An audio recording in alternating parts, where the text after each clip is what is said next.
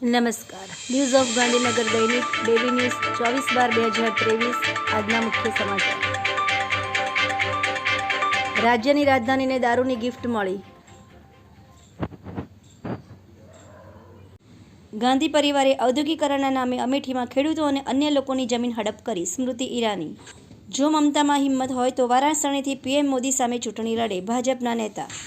ગાંધીજી પછી હવે સરદાર સાહેબનો વારો. પૂર્વ મુખ્યમંત્રીએ કહ્યું, માત્ર ગિફ્ટ સિટી જ નહીં પણ વલસાડથી લઈ અંબાજી સહિત સમગ્ર ગુજરાતમાં ટુકડે ટુકડે શરૂ કરી દો.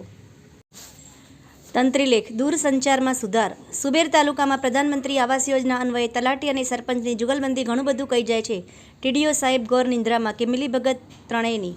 વિદ્યાભારતી સંશોધન વિભાગ ક્રાંતિગુરુ શ્યામજી કૃષ્ણ વર્મા કચ્છ યુનિવર્સિટી, કામધેનુ યુનિવર્સિટી અને શ્રી હરિત તપોવન ગુરુકુલ દ્વારા આંતરરાષ્ટ્રીય ગૌ પરિસંવાદનું આયોજન. સદભાવના વૃદ્ધાશ્રમ દ્વારા માવતર જતન યોજનાની શરૂઆત કરાઈ. ડાંગ જિલ્લા સ્ટેટ માર્ગ મકાન વિભાગના અધિકારીઓ દ્વારા આહવામાં રસ્તાની સાઈડે ગેરકાયદેસરના દબાણ પર ડિમોલિશન કરવામાં આવ્યું છતાં થોડું બાકી છે તે કોઈના ધ્યાનમાં આવ્યું નથી એવું લાગી રહ્યું છે. જોડિયા બંધુઓનો વકૃત્વ સ્પર્ધામાં અનોખો સંદેશ. અંશ અક્ષ પ્રજાપતિના માનવ જીવન માટેના શ્રેષ્ઠ વિચારો. એનોજી સાહિત્ય સરિતા ગ્રુપ. વિષય સંબંધોની આંટીઘૂંટી ઉપર સાહિત્ય સર્જકોએ પોતાની ખૂબ જ સુંદર રચના પ્રસ્તુત કરેલ છે. સપ્તાહ દરમિયાન કોટન ખાંડી વાયદાના ભાવમાં ખાંડી દીઠ ₹1060નો કડાકો. કપાસનો વાયદો 20 કિલો દીઠ ₹21.50 નરમ. Daily market report. Naimish Trivedi.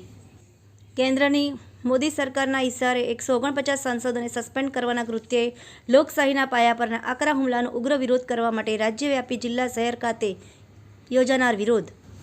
CBSE વિજ્ઞાન પ્રદર્શન 2023. મેમનગર સ્થિત દિવ્યપથ કેમ્પસના બાળકો દિલ્હી જઈ ખેતીના પાક સંબંધિત સ્માર્ટ સ્ટોરેજ અંગેનો પ્રોજેક્ટ બતાવશે. છત્તીસગઢના માનનીય રાજ્યપાલ શ્રી વિશ્વભૂષણ હરિચંદનને ગૌટેક 2023 ઝાંખી કરાવતા ડૉક્ટર વલ્લભભાઈ કથિરિયા. ગુજરાતની શેરડીની ફેક્ટરીઓ 2 લાખ કામદારોને લઘુત્તમ વેતન ચૂકવતી નથી. 21મી સદીના યુગમાં ભગવદ્ ગીતાનો ધાર્મિક ગ્રંથ કહેવાને બદલે જીવનની જડીબુટ્ટી કહીએ તો પણ કાંઈ ખોટું નથી. ગુજરાતની શેરડીની ફેક્ટરીઓ 2 લાખ કામદારોને લઘુત્તમ વેતન ચૂકવતી નથી. આ ઉપરાંત મિત્રો, આપને વધુ વિગતવાર સમાચાર જાણવા હોય તો આપ અમારી વેબસાઇટ www.janfaryadnews.com પર નિહાળી શકો છો. આભાર. મીનાક્ષી રાવલ, ગાંધીનગર. ન્યૂઝ ઓફ ગાંધીનગર દૈનિક, janfaryadnews.com.